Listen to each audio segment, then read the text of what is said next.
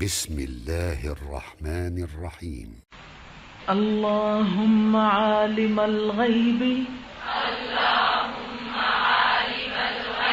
والشهادة فاطر السماوات والأرض رب كل شيء ومليكه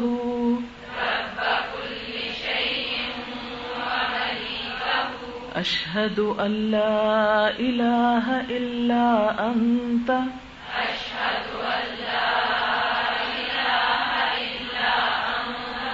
أعوذ بك من شر نفسي ومن شر الشيطان وشركه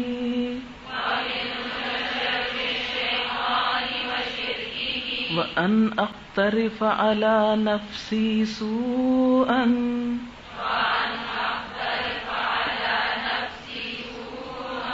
أو أجره إلى مسلم اللهم عالم الغيب والشهادة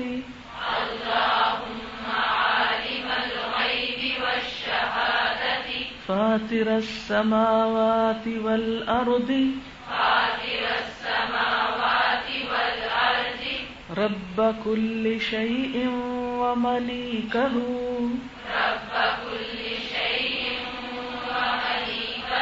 أشهد أن لا إله إلا أنت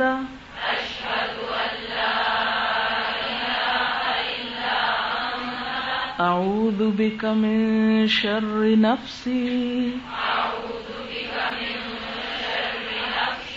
ومن شر الشيطان وشركه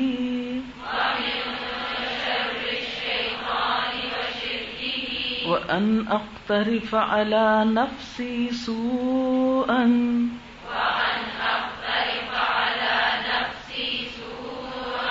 أو أجره إلى مسلم اللهم عالم الغيب والشهادة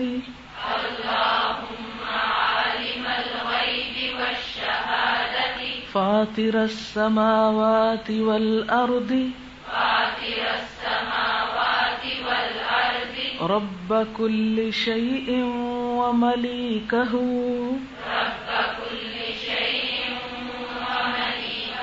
أشهد أن لا إله إلا أنت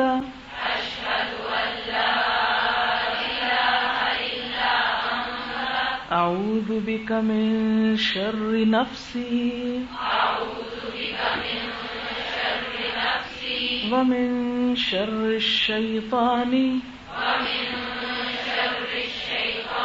وشركه وأن أقترف على نفسي سوءا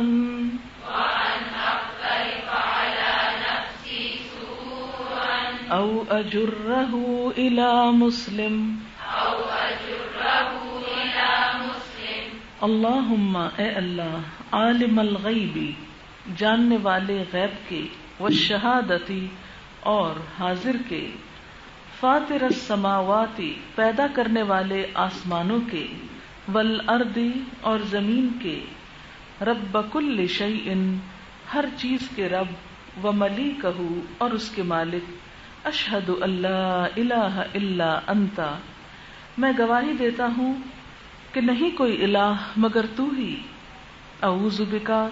میں تیری پناہ چاہتا ہوں من شر نفسی اپنے نفس کے شر سے ومن شر الشیطان وشرکہ اور شیطان کے شر اور اس کے شرک سے یا شراکت سے وان اور اس بات سے کہ اقترف علی نفسی سوءا میں ارتکاب کروں اپنے نفس پر کسی برائی کا یعنی میں کوئی غلط کام کروں او اجرہ یا کھینچ لے جاؤں اس کو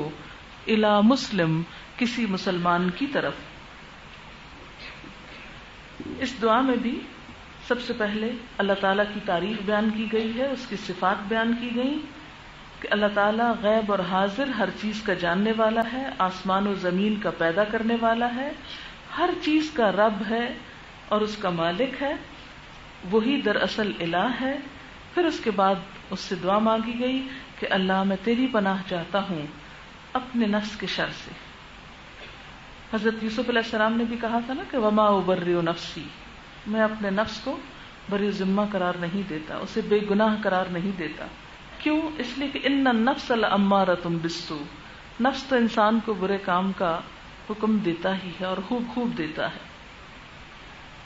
لیکن جب انسان اپنے نفس کو اللہ کے سپرد کرتا ہے، اللہ کے حوالے کرتا ہے، اس کی حفاظت اور پناہ میں دیتا ہے،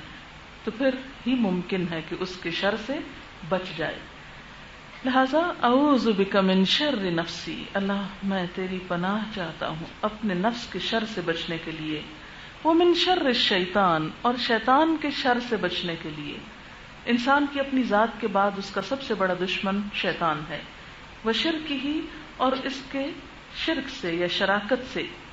کہ وہ مختلف کاموں میں حصے دار بن جائے۔ اس کا شرک کیا ہے یا شراکت کیا ہے؟ اللہ تعالیٰ نے اس کو چھوٹ دی تھی کہ تو بندوں کے مال اور اولاد میں شریک ہو جا۔ تو یہ شراکت کیسی ہوتی ہے شیطان کی؟ کہ انسان اس کی خوشی میں یا شیطان کی مرضی کے مطابق اپنے جان مال اولاد کو استعمال کرے، اس کی راہ پر لگا دے۔ وَأَنْ أَقْتَرِفَ عَلَى نَفْسِي سُوءًا، اور میں کسی ایسے گناہ کا ارتکاب کروں جس کا وبال مجھ پہ پڑے، او اجرہ الی مسلم، یا کوئی ایسا گناہ کروں کہ جس کی مصیبت میں اور کسی مسلمان کو مبتلا کر دوں۔ مثلاً کون سا؟ جیسے آپ غیبت کرتے ہیں، غیبت آپ کر رہے ہیں اور ساتھ اس بیچارے کو بھی اس میں گھسیٹ لیا، کھینچ لیا۔ تو یا اللہ مجھے ہر قسم کے گناہوں سے بچا کے رکھ، نہ میں اپنی جان پہ ظلم کروں اور نہ دوسروں کی جان پہ ظلم کروں، نہ خود گناہ کروں نہ دوسروں کو گناہ میں گھسیٹوں۔ اسے ترمذی نے روایت کیا ہے اور یہ بھی ایک بار پڑھنا کافی ہے۔